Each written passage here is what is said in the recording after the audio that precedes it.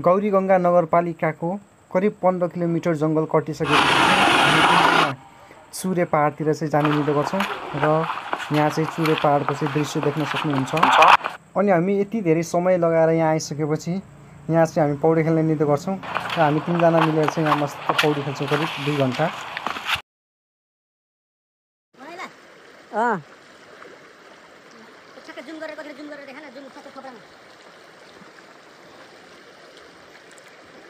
यहाँनिर चाहिँ यो नदीलाई थुनेर चाहिँ यतातिर कुलोको मद्दतले आफ्नो खेतबारीसम्म चाहिँ पानी लगिरहेको देख्न सक्छौँ। यहाँदेखि यति मेहनती छन् यहाँको मान्छेहरू।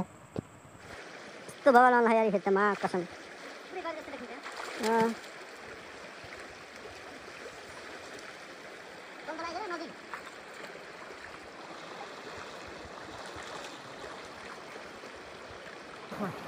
रोप्नु म एउटा भिडियोमा त आउँदैन यो माथि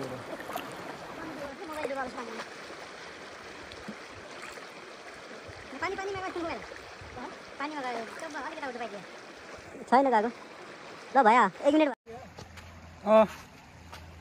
करिब 2 घन्टा जति हामी नुहाएपछि चाहिँ अब फर्किन लाग्छौँ फेरि। ल छिटो ल।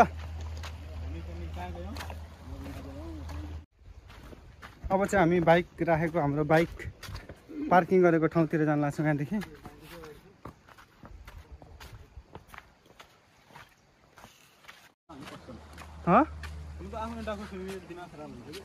कस्तो डाको आवाज अरे के को दिमाग खराब? हाम्रो आवाज चाहिँ कम छ राम्रो छ र। अब चाहिँ करिब हामी चाहिँ बाइक भएको ठाउँमा चाहिँ पुगिसकेका छौँ अलिकता अगाडि।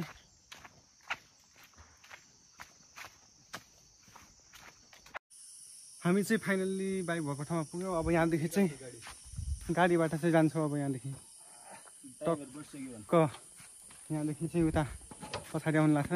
अब यहाँदेखि सवार जङ्गलको बाटो